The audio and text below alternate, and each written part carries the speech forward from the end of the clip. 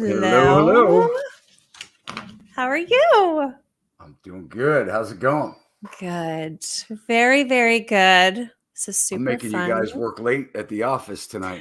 Oh, yeah. It's a late day. It's a Here late we are, day, but Tuesday night. we're switching it up a little bit, though. It's you and I tonight. I So, know. We haven't really, podcasted together in a while. I know. I know. Last week was just something very brief, and I miss it. I miss doing them. So we're doing it tonight, which I can't wait. We used to do it a lot when we had those in-person networking. Yeah. There was a Networking. lot of FaceTime, a lot of video then. So this is some good stuff tonight. I am excited to be doing this with you. Yeah, I'm And excited to talk about tonight's topic. I mean, it's I am too. And we are right now in the middle of a flip. This is your first flip in 2 years.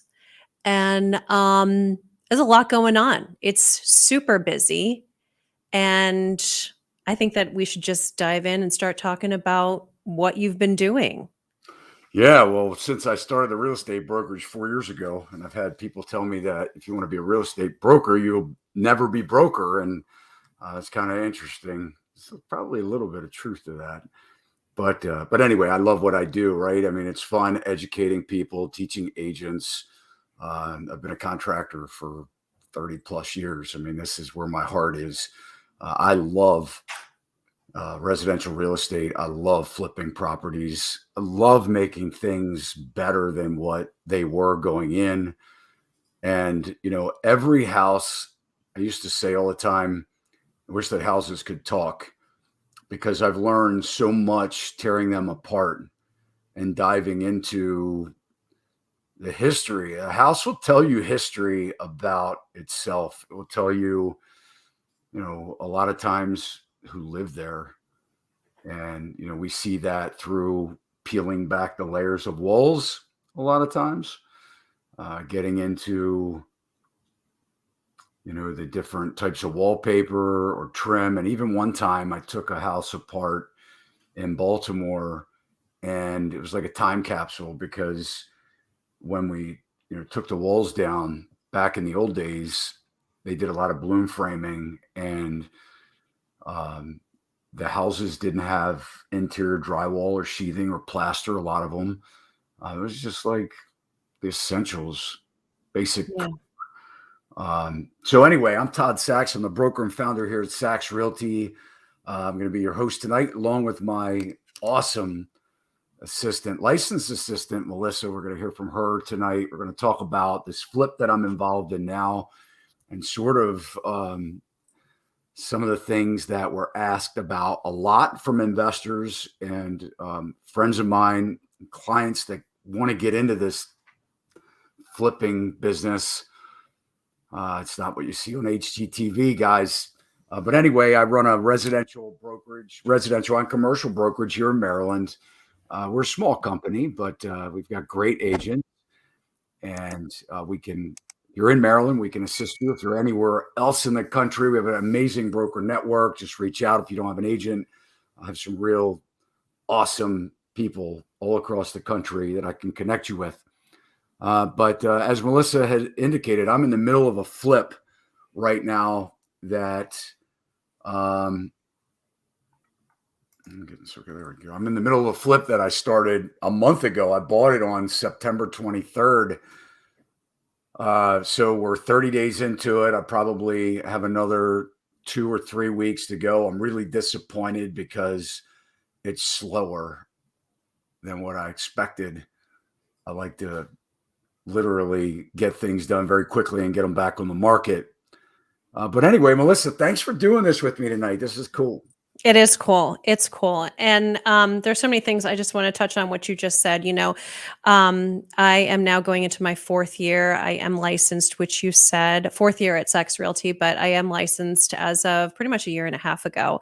And what you think of real estate in the beginning is, walking into a house, showing a house. It's really not that at all. And when you do, and people that I've met, clients and customers saying that they want to do flipping, something.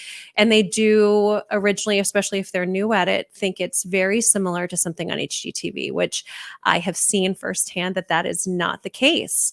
And also, something else to think about is when you purchase a home, there's a lot of cost that goes into it as well. It's not just the price of the home. And there's transfer recordation taxes. We live in Maryland, so that's a certain cost right there. And Todd, what other costs could possibly come up that, someone might not consider? Yeah, well, it's not just the purchase price. So a lot of times the buyers aren't paying the commission.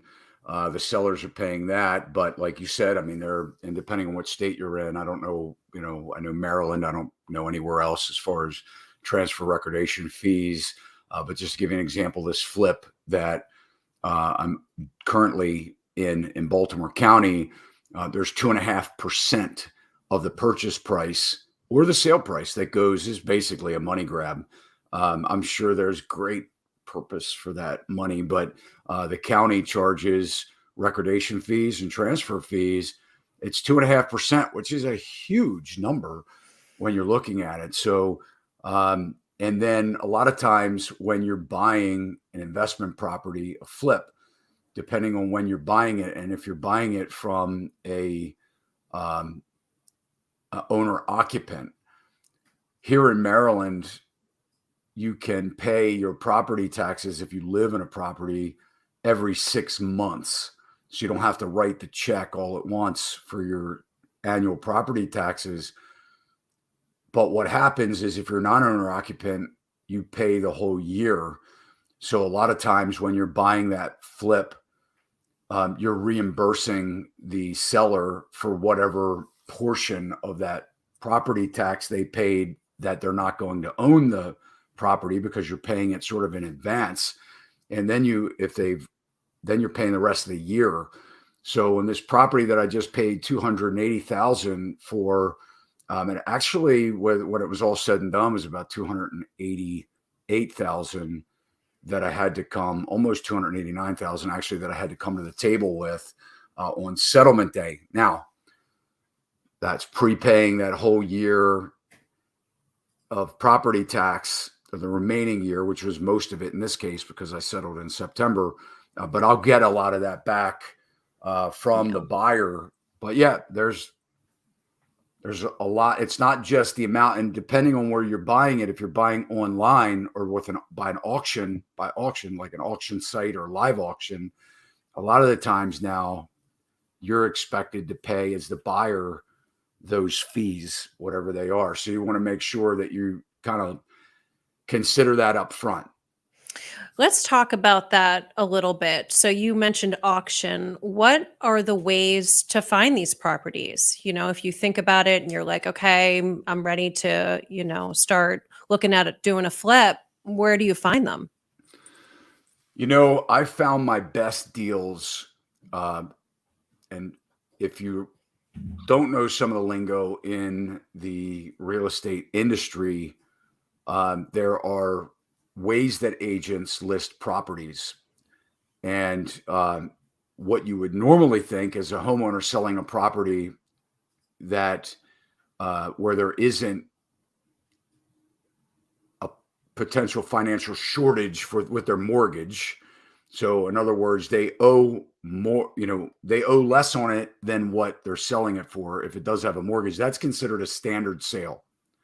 That actually, out of the last 25 years of buying real estate, my best deals have been standard sales. Some of the other acronyms or, terms that you may hear are short sales, which is exactly what it sounds like.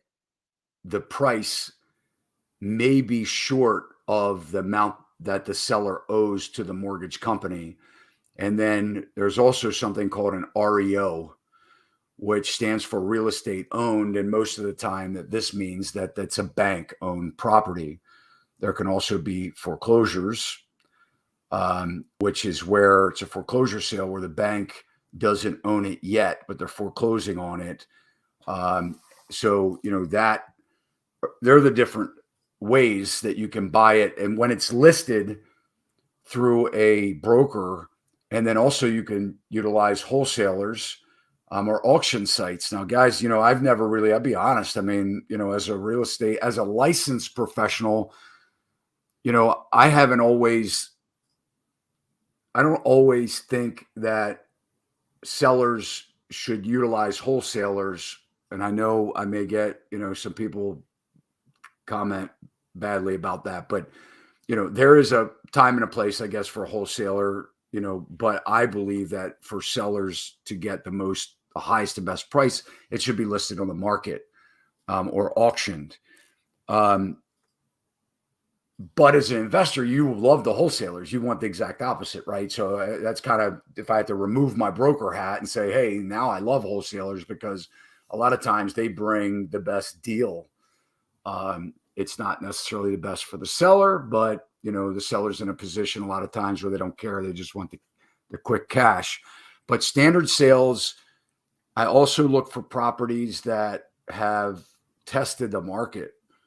And it's kind of, we've gone through a pretty unique time because in my career, I've never seen such a strong seller's market, even from like 1997 to 2005, when we were in a very booming market. I don't feel that we had the pressures that we had in the last 2 years from the housing shortage. So as an investor or a flipper in the last couple of years has been challenging because, resale value has been higher, but there are a lot of other buyers that have been buying even distressed property, which has made it very difficult for an investor or flipper to buy and to be profitable if they want to flip it, not buy and hold. And tonight we're just going to talk about the flipping strategies, not buy and hold strategies. Yeah. But standard sales, I love estate sales. A lot of times people are very motivated. Maybe the family members have passed on, they inherited the house through an estate or probate. And there's a lot of times there's multiple families that are spread throughout the country. And what happens is if I'm offering them $20,000 or $30,000 less, and there's 4 family members, to each family member, that really doesn't mean that much in their pocket. So, I love estate sales where I'm able to capitalize on ending it for them, the pain, of going through this. A lot of times they have contents inside the house that they don't want to deal with. So I can come in and relieve them of that and throw it away, which is exactly what happened in this flip. It was an estate sale, the one that I'm in right now, and they were able to just leave everything. Yeah. So when I'm looking for properties, I'm looking for people that can benefit from what I have to offer, which isn't the highest price, right? I can offer cash, quick closing, deal with their stuff. And that's been my best success. I'm not a fan of auctions. I've purchased many properties from auction before. And I've pretty much overpaid on most of them, but it was specific reasons why I wanted it. We're not going to get into that tonight, but they were more for a hold strategy. And they had other upside to them, like better zoning, higher and better uses and stuff like that. But auction sites in today's climate, I'm not a fan. Mm-hmm. What type of homes do you look for? So me personally, I like a single family or a detached home over mostly anything else when I'm flipping. And the reason is you're going to almost spend as much money with a detached house, single family or single unit dwelling than you will buying even though a townhouse is a single family unit, but it's, there's drawbacks a lot of times. There's HOAs, there's, very close neighbors, and the same costs. When you're pulling electric or doing drywall repairs or painting, to paint a little bigger place is not that much more money. For me, I've done them all. I've done condos, townhouses, but I prefer the detached single unit dwelling the best. And in areas that, and other things that go along with that too are price. So when you're looking for a property to buy, you want to make sure that you're in a price point where you have the largest pool of buyers. A couple other things that I look for, and so now I teach agents how to farm, for listings. So I kind of pull in that same philosophy as I'm looking for investments. For a flip, I want neighborhoods or communities that have a lot of activity. So I'm always looking, kind of 6% is my number in a comparable. So if I'm drawing a map of 200 homes over and around that flip that I'm looking at, I want to see in the last 12 months that there's been at least 5 or 6% turnover in that neighborhood.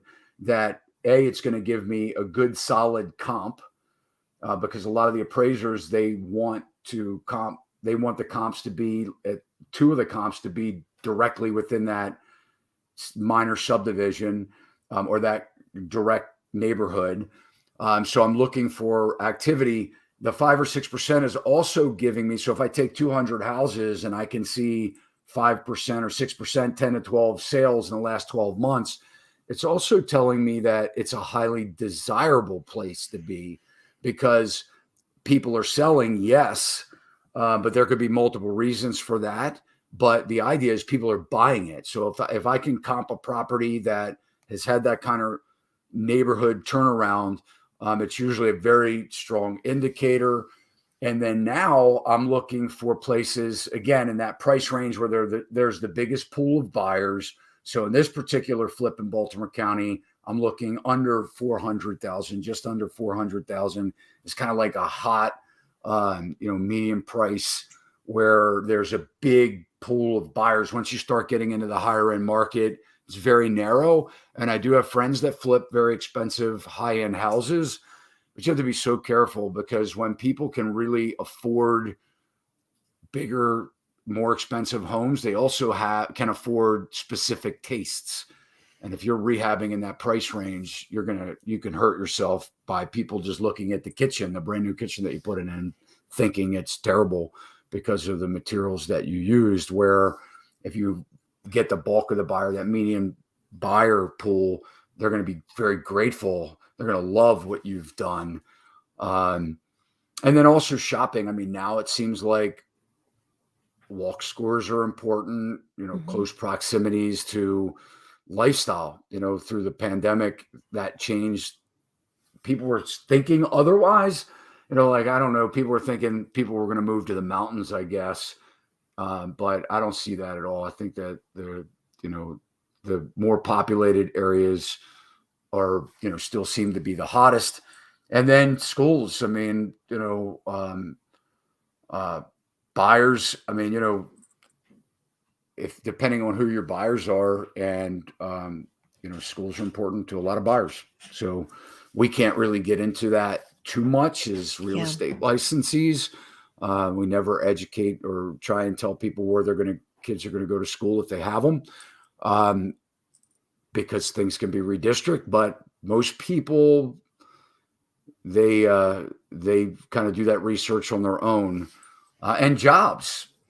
I mean, it's important to know, where the big employers are. So, finding houses in neighborhoods that are thriving with work close by. They're the kind of houses that I look for. Let's go back real quick, because you were talking about, being in that certain price point. And I know I've heard conversation before that you've been having that, you're concerned with the price and how things are going in the market right now, and possibly. Are you talking about my flip? Yes, I'm talking about your flip. Yes. So I want to, get your thoughts on that, on kind of like what's going on with the market right now and where things are going. Melissa has to live with me every single day, all day. So she hears my, I mean, it's, hey, look, I'd be lying if I didn't tell you. I mean, after 25 years, 30 years of working in residential real estate, from construction to sales, 25 years of buying it, I'd be lying to say it's still not an emotional roller coaster and that I don't make mistakes, because I do. I can tell you one time Not that long ago, when I first got my broker license, I bought this house in the middle of trying to set up Sachs Realty, and it was dumb. I shouldn't have bought it. It was far away from my office, far away from my house. Some of the golden rules that, sometimes you'll break. But I ended up selling it to another investor and losing $20,000 on it. But price is important. And in today's market, I mean, what Melissa's referring to here is that we've had an up market. So there's kind of like, I'll define it as three kinds of markets. You have an up market, a down market, and kind of like a stabilized market. I would say right now we're stabilizing. The up market means that it's worth more money tomorrow than it is today. And I'm not talking about over the next 5 years where real estate, or 10 years where real estate consistently appreciates historically 3 to 5% per year, from no matter what you pay for the real estate. When we're talking about flipping, we're talking about right now. We're talking about what the market's doing now, because that's going to affect you in the next couple months. So when you're flipping, you don't have the luxury of hoping that next year or in 3 years prices go up. So the three markets are really an up market where very quickly prices are going up. It's going to be worth more tomorrow than it is today. And the best time to buy it was yesterday, right? Because you want to try and make quick decisions because you don't want to pay more. The down market, which I experienced in 2008, the crash, actually, I started experiencing it in 2005 as a builder, but in 2008, we were in a crashed market. It was a down market, and things were worth less tomorrow than they were today. So that's scary when you're selling a property or you're buying it today, and tomorrow or a month from now or 3 months from now, you have to try and predict where that downswing will be. But now is more like a stabilized market. We're kind of inflated still, but the buyers aren't quite as frantic, even nationwide, talking to friends of mine, as they were just 6 months ago. So what Melissa's talking about, when we're looking at comps, I'm starting to see in the neighborhood that I'm flipping right now, I'm starting to see where the comps are softening a little bit, because a couple of reasons. Number one, we're coming off of that really hot market, but we're also getting close to holiday times, winter. We've experienced back to school. We're starting to see a little bit more traditional real estate. But yeah, I'm still feeling good about it. I think that we're still going to comp fine, but it's definitely, time is not on my side. Yeah. And it's never on your side when you're flipping houses. Yeah. Yeah. We talked about what, the majority of people are looking for. What are some things that you can't change that really are out of your control? Yeah. Location, location, location. I mean, I know that sounds cliche, but it's so true. It's a reason why you've heard that a lot of times. I always look, so I try and when I'm looking at a property and I'm going out looking for properties to buy, to flip, I'm looking probably the same as the majority of buyers are looking. That initial impact, that curb appeal is so important, even though it may be distressed, which you're hoping it's distressed. But there are other things that have to be there. I'm looking for, very neat and tidy neighborhoods, things that when you're pulling up, the neighbor to the right and the left, if there's a fence, I'm looking over the fence. I want to know, is the neighbor trashy? Is it, these are things I can't change the way they live, and I can't make them move.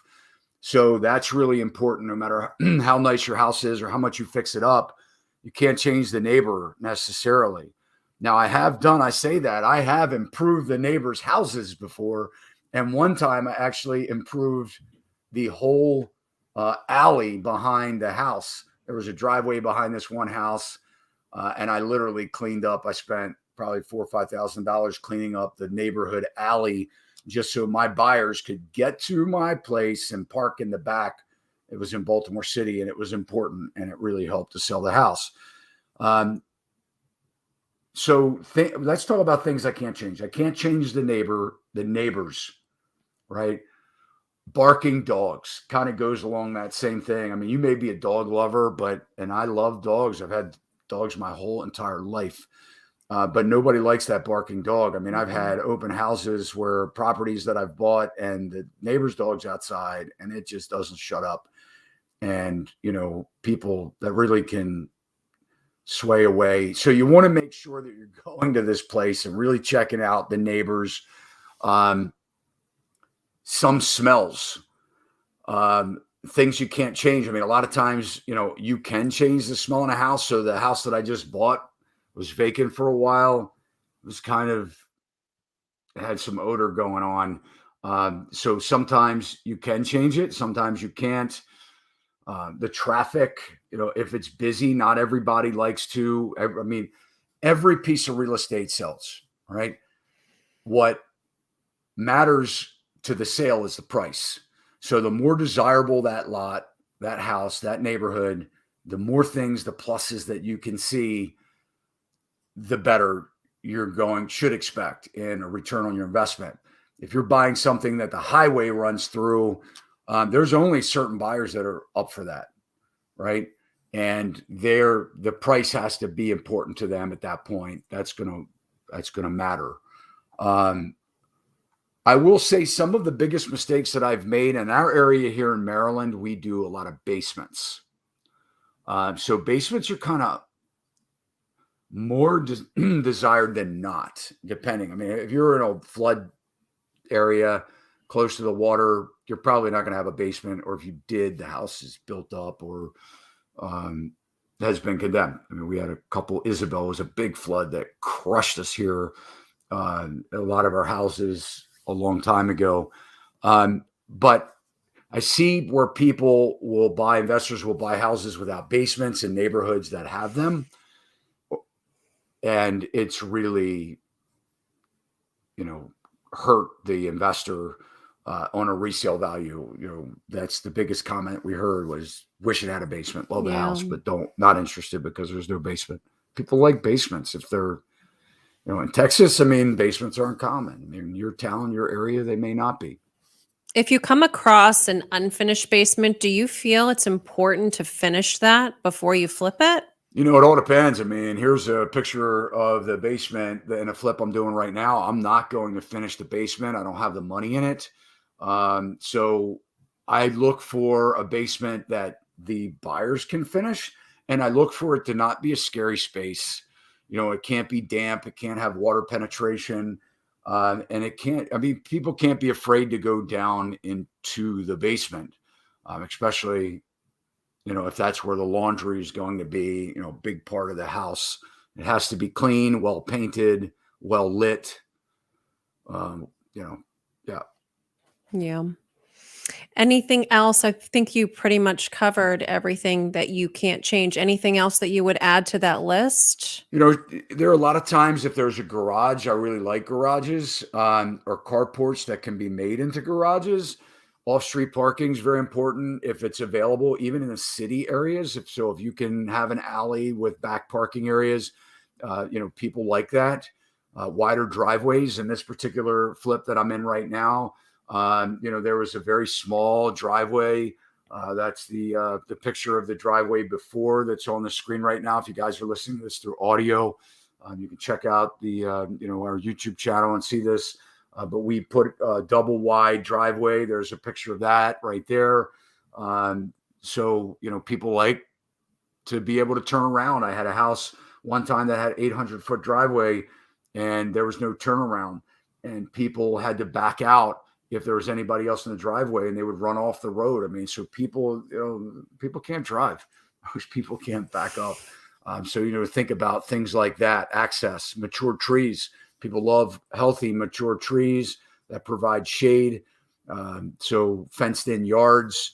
If the property has a decent fenced in yard, not something that you're going to be forced to fix or remove, but fenced in yards are great. Decks are great. Patios are great, entertaining. One of the big key things that you need to focus on when you're looking for flips is square footage, above grade square footage. A lot of people, it's funny,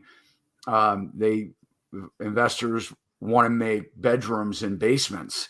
and they think if they have a 3-bedroom house and they put 2 bedrooms in the basement, they're going to bring a lot more value to their flip or comp higher, get a higher selling price. And the appraiser doesn't necessarily agree with that. If they're not egress windows, not truly considered bedrooms, they're not going to be comped the same way, and it will hurt you. So above grade square footage, basements actually bring very little resale value. Finished basements, they're expensive to do. It's easy to spend $20,000, $30,000 refinishing a basement that you might get $7,000 return. So a lot of what I'm looking for are things that, that I can do that, and, that will bring me an actual constructive return, or in other words, profit to my spending. Mm-hmm. And then when you are looking, you said you've done a lot of estate sales, and when you're walking in, how extensive should the repairs be? Because, you've talked about people are ready to unload the property. They're not going to really be fixing anything. How extensive should those repairs be? Yeah, that's a really good question. I used to be known for tearing houses down. I would buy perfectly good houses, and I'm not talking that long ago. I'm talking about maybe 5 years ago, 6 years ago, 10 years ago. I would buy these perfectly good houses, and I would start to get into it and be like, you know what, screw this, tear it, let's just tear it down. And I would take it down literally to its studs and rebuild the whole house. Two things. Number one, I'm an experienced contractor. So for me, the costs are a lot less expensive to do it. And I had employees that were doing the work, and, a bunch of subcontractors that I know. It still takes a lot longer to do that. And in today's market, you want speed, you want quick, because two things. Number one, you're paying more than you did 5 years ago.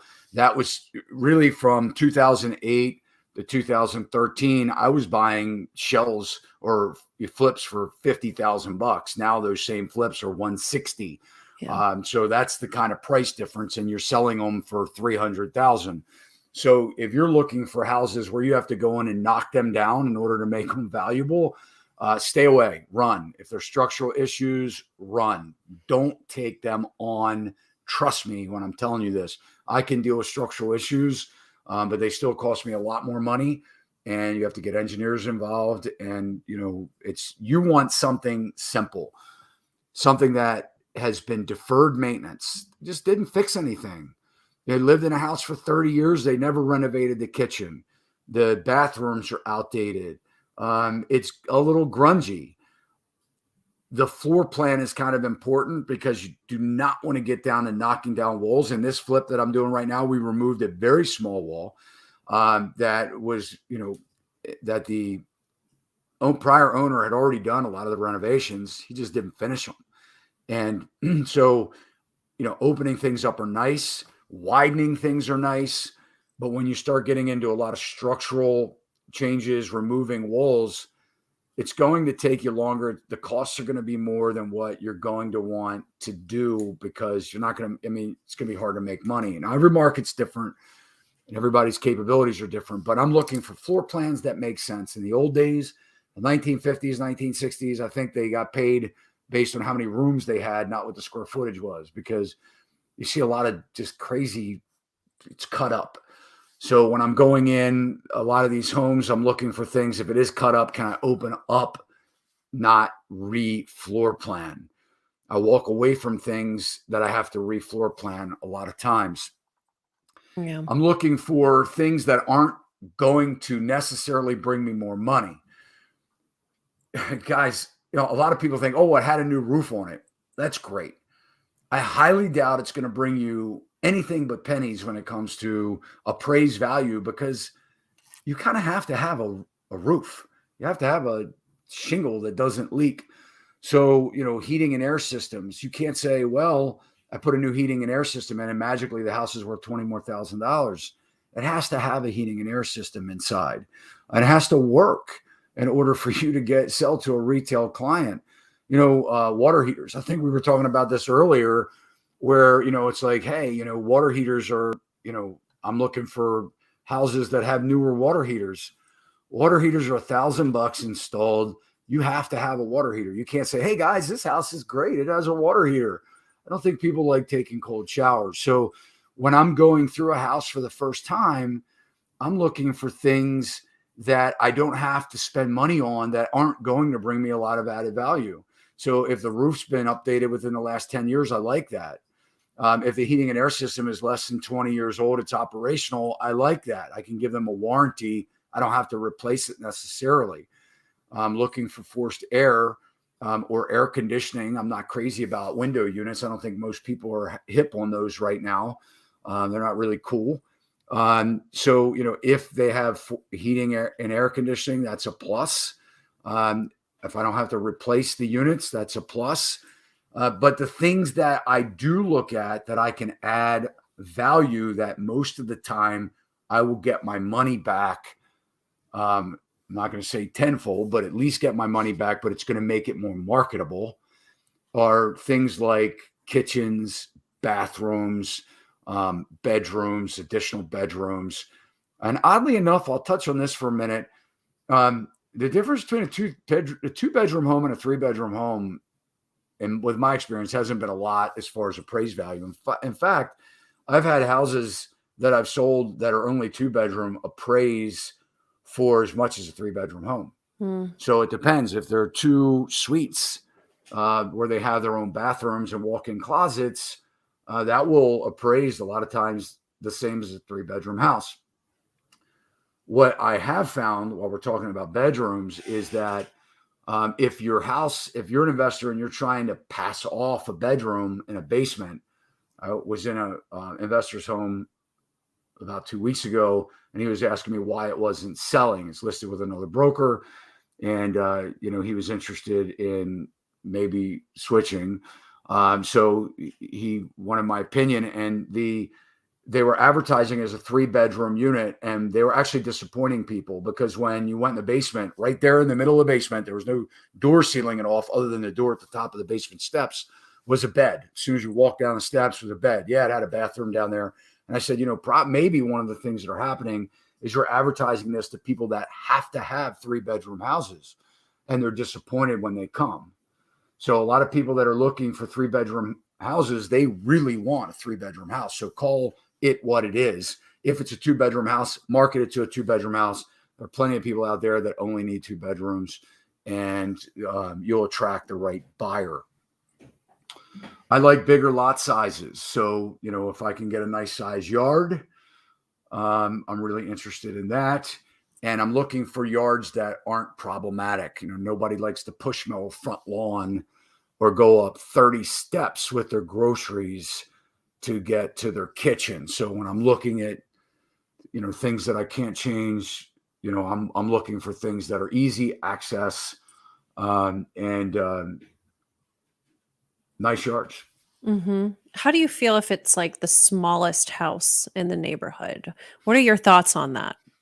So the rule of thumb with any investing, if you're buying a house to live in and you want to build a mansion and you want to outbuild your neighborhood, God bless you. You're going to live there 20, 30 years, spend as much money as you want. I don't necessarily think, unless you stay in a house for 20 or 30 years, I don't think buying a house can be much of an investment with the money that you're spending.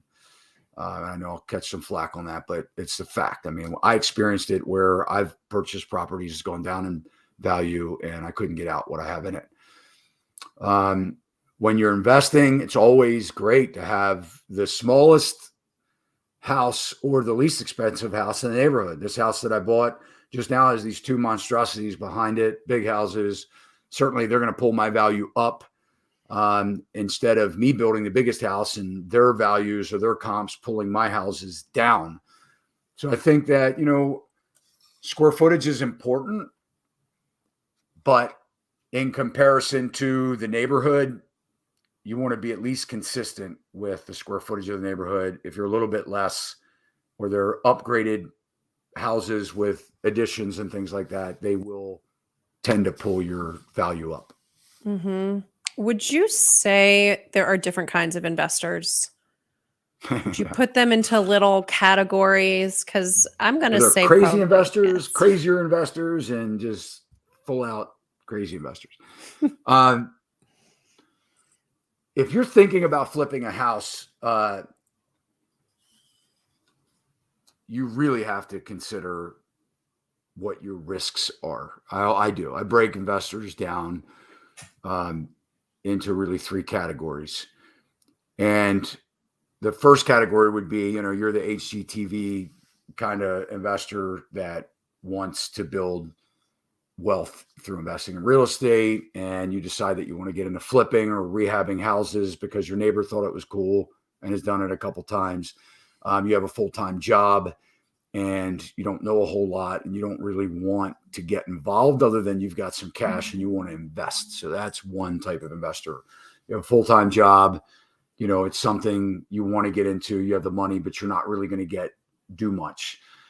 The next investor or second tier investor would be somebody that has a full-time job, wants to dabble in it, has interest and has some skill, and they want to do some of the work themselves and save, put some sweat equity into it and save. That's kind of like a great spot. If you're experienced with some construction projects, you're not afraid of it, you've done it, and it's easier for you to get into it. You'll probably do all right if you're careful. And then the third type is somebody like me, right? I mean, somebody that just does it full time.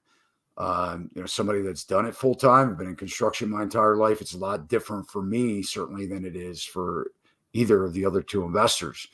You can be successful doing it, but you need a really good team. You need a great agent. I mean, a great agent. You really need a couple great agents, not just one. You better find a place that's close to home. Yeah. What and I'm sure you always have this in the back of your head, that what is going to appeal to, your buyer? What are the things that you've got to always be thinking? And I kind of would put myself in there, like, what would I want? What would I want to see? I know we were just at the house yesterday and I was the brand new deck and I was like, I can really visualize myself here and sitting here. You wanted to move in. I did. I was like, me and the girls. Yeah. But no, and just having coffee out there. And so I'm sure there's things in your head that you're going through when you're thinking about what's going to appeal to the buyer. Move-in condition. I mean, it doesn't have to be over the top. Move-in condition, people like to be able to move in, even if they're not crazy about the paint colors that you pick. Pick very neutral colors. Be sure to do that. But they can paint later. They want to be able to move in. They like privacy. People like privacy. They like well-lit homes. Recessed lighting is very popular, very hot. Back in the 70s, 60s, 50s, 60s, 70s, floor lamps were pretty much all you had in the room. People don't like that. I mean, if they have to look for where to turn the light on to show the house or to view the house, they want to hit a switch and boom, have some good lighting. They really, their senses. So, what they see, what they can touch, what they can smell. They like good smells, clean smell. They don't want to smell pet odors, things like that. So it's very important that when you're doing these renovations and flips. But I do want to say something, because through the years as a real estate investor, all of my buyers haven't been 100% satisfied with the product. And I say that because it's important that you're, and it's not because, you hear terms, lipstick on a pig, things like that. I mean, hey, polishing, what, but that's not what I do. I'm a very conscientious builder. I'm a very good contractor. And, there are a lot of great investors out there. There are people out there that are like that. I've never been that way. I've always gone back if there's been issues, if I know about it. But people's expectations, and this is important. I want everybody to listen to this. This is very important advice, because what happens is when you're doing a renovation, a rehab, a flip, and my brother-in-law and I just got into a conversation. He's a contractor, and he said, I don't like the term flip. It's negative. It's what it is. I mean, it's an industry term. You're buying it, you're selling it, you're flipping it. But it's very important that you're managing expectations, because if you're doing a flip, I don't fix everything. I don't make everything shine, because what happens is you disappoint. That's when you start to be putting the lipstick on the pig. When you're trying to cover everything up, you're looking around. It's okay if hinges have old paint. It's okay if some doorknobs are existing and the doors don't shut. It's okay. Leave them. Let some things be to the next buyer. They don't need a perfect house. They're not buying a brand new house. So make sure that you're being realistic. What you touch, what you fix, do it well. Make sure it's good.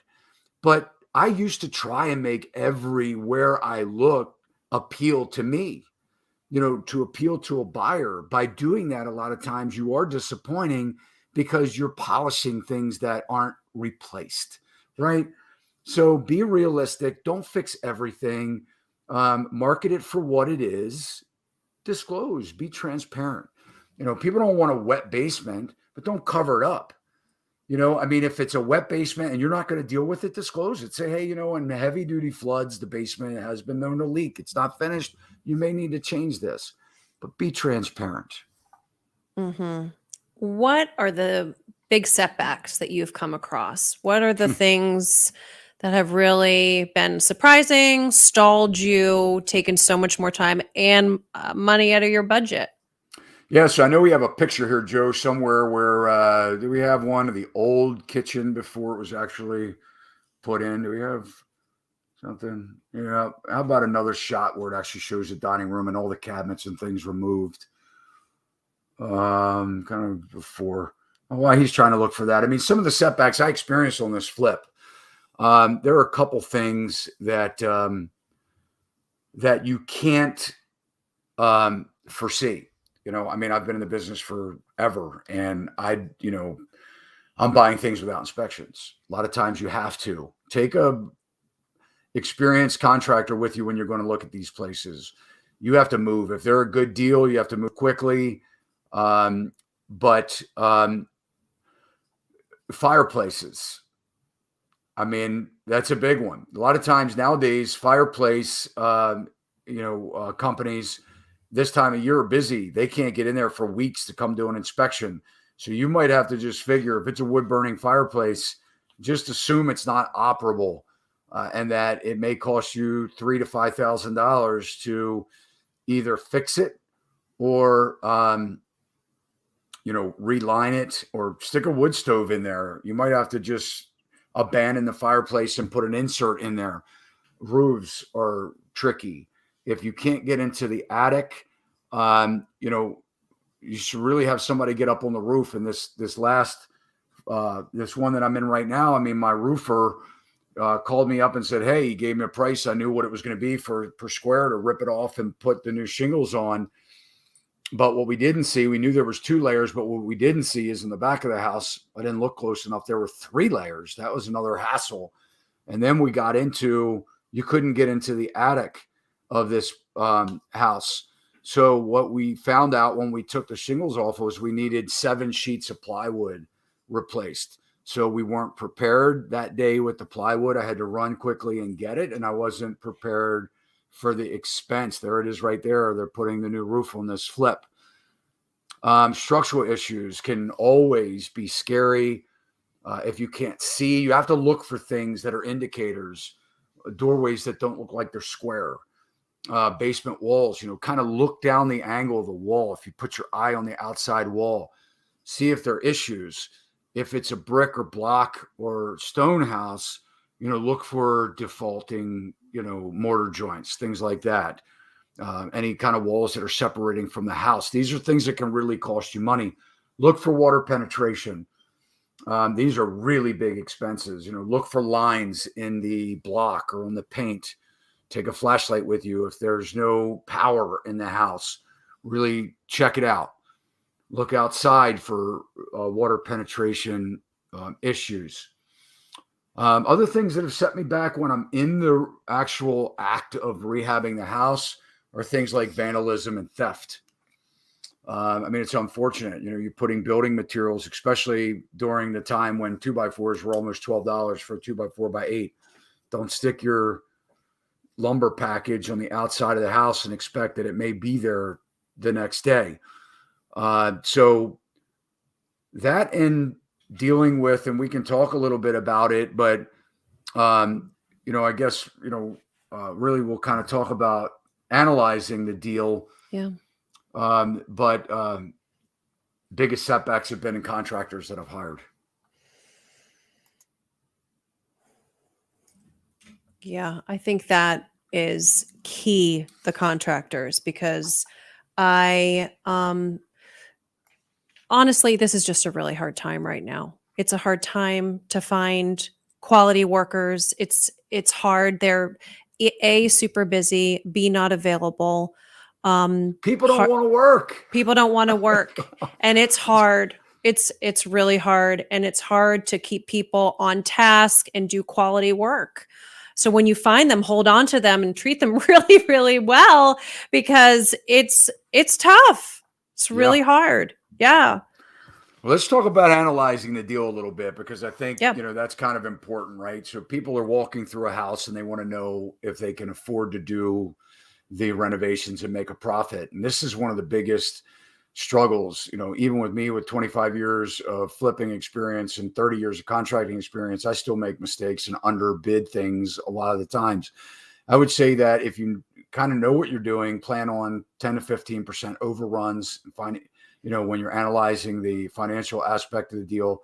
We talked about, knowing what your additional costs are when you're buying it, knowing what your closing costs are going to be. But I think that you should work backwards. So if you're working with a good real estate professional and they're finding deals for you, they should be looking for things that the comps are, considerably higher than the value of this distressed property, and then kind of work backwards. Have them do what is called a seller's net sheet for you, where you sort of predict when the closing of your sale, fast forwarding the actual closing date, 3 months, 4 months, 5 months, whatever you think it's going to take you, putting those dates in the system. The MLS has a lot of this capability that the agents have access to. And then they can sort of tell you what your real estate fees are going to be to sell it.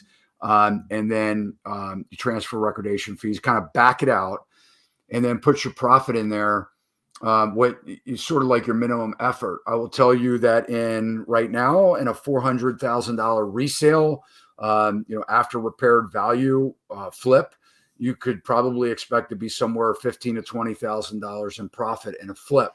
That would be something that I would consider to be a decent deal if you can do it within 3 or 4 months. And that would be a good return on your investment. It's easy to, if you think about what I just said with 10 or 15% overruns, it would be easy to break even. It can be easy to lose money. The home runs are few and far between. Forget making $100,000 on a flip. Get that out of your mind. Because, if you know how to do that, then, on a consistent basis, then maybe I should come with you. But, I've made 100,000 before on a flip, but it's not very often, because what's going to happen is if you're only looking for those home runs, you're never going to get any. You're going to drive your agents crazy. They're not going to want to work for you because you're going to be unrealistic in all your buys or all your offers. And you're never going to build your team. You're never going to get the experience you're looking for. So I can't tell you what you should be satisfied with profit, but if you can expect $15,000 or $20,000 on a $400,000 flip, then, I think that would be good. I have a checklist. If you guys are interested in it, I'll be glad to email it to you. Just drop me, DM me, or send me an email. I have pretty much a spreadsheet.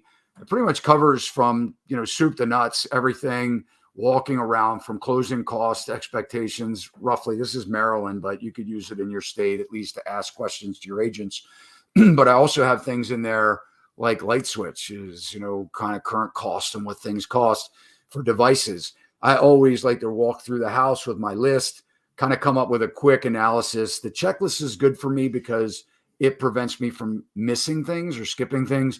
And then I can sort of like guesstimate some dollar values, establish a budget very simply. But the profits, guys, are in the purchase price.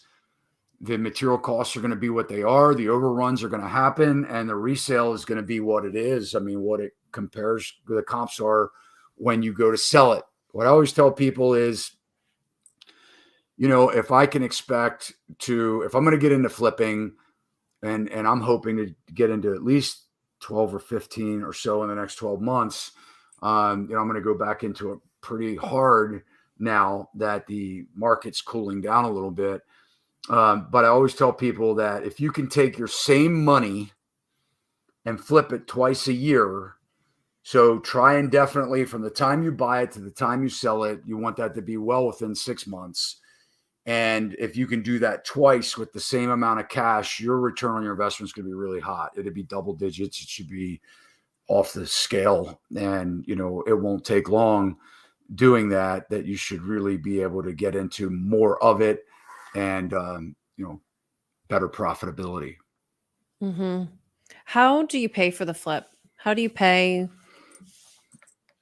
Yeah. So, there's guys, if you're a hard money investor, a lender out there, you're not going to really want to hear this. And, but I started out flipping houses using the bank, which is not the way to do it. In this market, it's almost impossible to do because cash is king. You're going to be competing with people that have the cash, but I think you should have cash. Friends and family, if you have somebody that can lend you some money, pay cash where they're not going to crush you with high rates. You can't pay 5 points on an average flip, and you can't pay 8, 10, 12% annual interest rate and expect to make any money. Your lender is going to make all the money. The margins are just strictly too thin right now, and the risks are higher, and delays, especially delays now with a lot of the product delays and service delays, contractor delays, employee delays, getting jobs done is taking way more time than it has historically, even for me.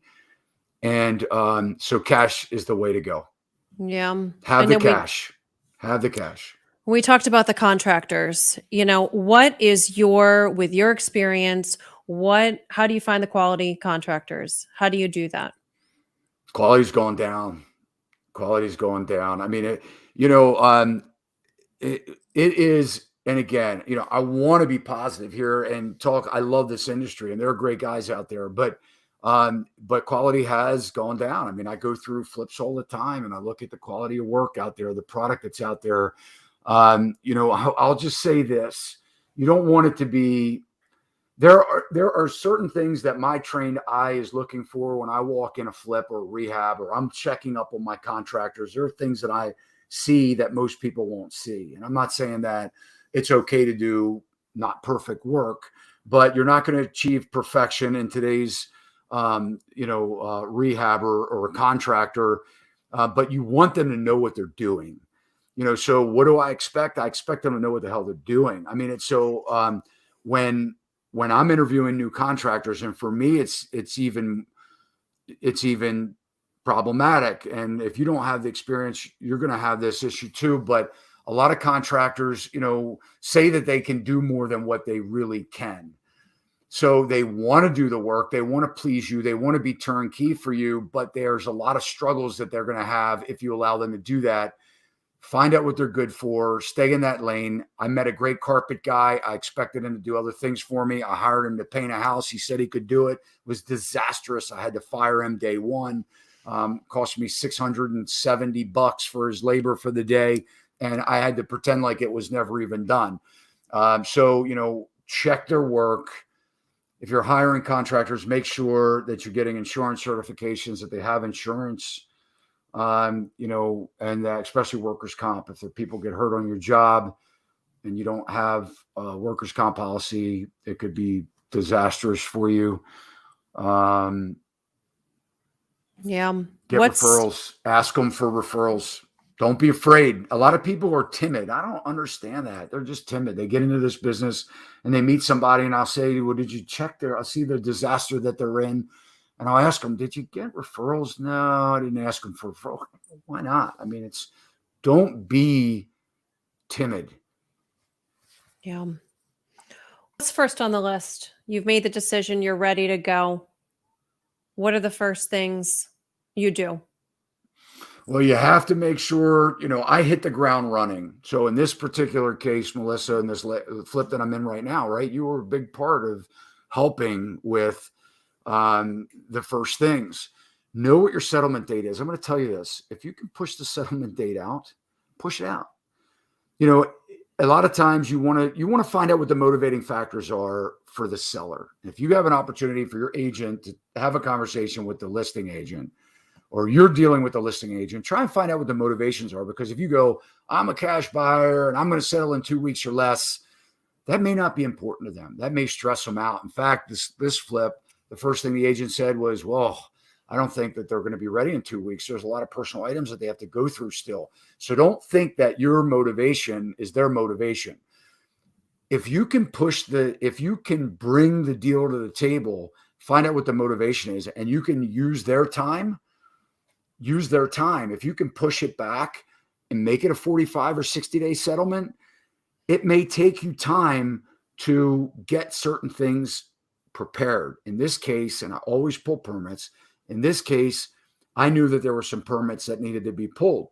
So I went ahead with some drawings preliminarily. I made a couple of site visits with contractors, tightened up my numbers, ordered materials, all while the seller owned the property. So it didn't cost me. My cash wasn't out there costing me money. It was their cash, but I was capitalizing on their cash. It's a great thing.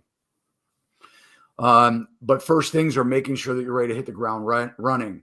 Make sure that you're prepared with turning on the electric. If the electric hasn't been turned on or the electric's been pulled, I just looked at a house a couple of days ago.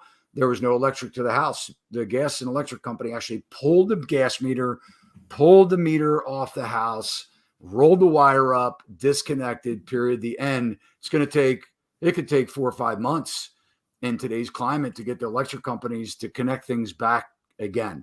So, first things are first.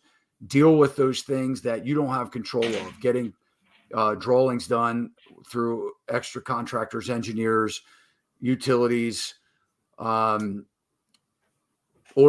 materials that are going to take a long time. Kitchen cabinets. I spent another $1,700 on this flip for kitchen cabinets, and got cabinets that are very nice. I didn't need them to be this nice for this flip, but I ended up paying more because it was the only thing that was in stock. I was waiting on 12 to 16 weeks for the backlogs for kitchen cabinets. So first things first, know what you need to do first to make sure that you're able to stay on track. I know that we ordered a survey for this property. Do you do that consistently? What other things do you do that are consistent across the board every single time? Surveys are good. I mean, so a couple of things I always do. I always check zoning. I want to know what the zoning code is. I want to know if there's been any recent zoning changes. I'm going to Google the property. I want to know if there's anything that could stigmatize that property that I don't know about. Things that the agents can't disclose to me, but that the news will, because, a lot of times your buyers are going to do that. Zoning is going to tell me what the highest and best use is for the property. It's also going to give me the zoning in the neighborhood and what I can expect down the road. I'm going to check to see if there's any updates, zoning, anything in the pipeline. Are there new communities, new construction going on? Any new road work? There are things in the pipeline at the county level. I'm always getting surveys done. I want to know where the property lines are. There's nothing worse than getting into the property and finding out that there are trees that are yours that need to be dealt with, that are big ticket items. If I'm going to deal with a neighbor, I want to know where my property boundaries are, and I want to be able to offer that to the buyer. I want them to know where their property lines are, because a lot of times in this particular property that I'm in the middle of, I have a lot more space on the side yard than I do in the back. And the side yard's important because people do like to have some space to stretch out, entertain, play, things like that. But I found out that my neighbor's driveway's on my property, their retaining walls on my property, their fence is on my property, their dog is on my property when it's standing close to the fence. So these are things that I wanted to know. I did know. I do know. They're kind of things that I always do. Yeah. What do you think right now, given the current climate, what's going on, the challenges, the biggest challenges that you're finding right Yeah, now? material shortages, and my list of spreadsheet that I have, even 4 years ago when I was really heavy into doing flips, where I was doing 10 of them a year, 10 or 12 of them a year. Um, the the prices have gone skyrocketing. I mean, it's certain things just don't even make sense of why they're priced the way they are. But availability of products. I mean, try and find a caulk gun.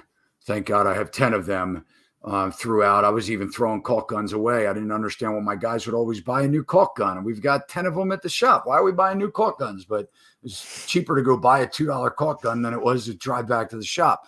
Now I appreciate having them because you can't find them. So material shortages, labor shortage. We're in such a market. I mean, guys, if you're considering right now what to do for a livelihood, you want to go into the trades, man, I tell you what, you can pretty much name your price. Market share. I mean, it's shaking. The market's shaking a little bit. Be careful. If I had to say what are some of the challenges today, knowing when you have a good deal, have some good professional agents in your team. Yeah. I'll say another challenge is inexperienced agents. If you're hiring an agent because they're your friend or your sister, be careful. If you're an investor, you want to get into this thing, you better get somebody that has a lot of experience because inexperienced agents are not going to help you. Yeah. Any Yep. last minute advice that you would give? I think through the years, sort of the most important things that I've learned in the real estate business is you're never really going to know unless you dive in. I mean, I talk to so many people. I get more calls a week from people that want to be in the business and they say they're going to get into rehabbing, but they've been saying it for years. Know what your limitations are, know what your cash is. Buy where you can afford to pay cash, even if it means you have to drive a little further or be in an area that isn't your ideal spot. Build yourself up. Build yourself up. And like I said, don't fix everything. Don't get into fixing everything. And reach out. We're here to help you. So even if you're not in Maryland, we'd love to hear from you. Comment, guys. We really appreciate you watching tonight. Melissa, do we have anything else? I know we're over an hour. What do you have to say? What have you learned in the business? Well, now I'm ready to do my own flip with guidance, of course. But no, it's, the whole thing is such a learning process for me as well. And really kind of being in it, doing it every day, making the calls, seeing what happens. It's definitely a struggle with the contractors. You got to make sure they show up and do their job and are there and the quality is being done. But all in all, it's super fun. I'm enjoying this experience. I love seeing the progress. It's been such a short period of time. It's only been a month since you closed. And it's fun. It's really fun. I can see why it's addicting. I can see why, you want to continue to do more. Even though it is struggling, there's a lot to think about. But this has been fun, Todd. I've enjoyed it. Well, I've enjoyed doing it with you as well. And,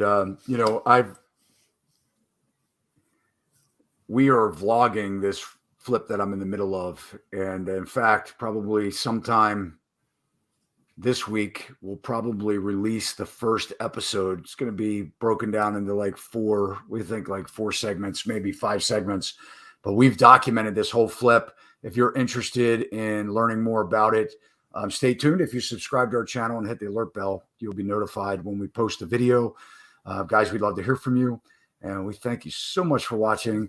We've got a very exciting schedule coming up. We are booked actually for the next couple months with guests for our Tuesday night podcast. So share it with your friends. We've got some great guests. We've got some return guests as well. And we're going to be talking about things. If you're a real estate investor, Is it next week? Is next week the tax advice, or It's is in that in 2 weeks 2 weeks from today. tonight? Tonight. Yeah, Yep. 2 weeks from tonight. We're talking about. There's a lot of potential tax implications that are lying on the table for investors when it particularly pertains to real estate.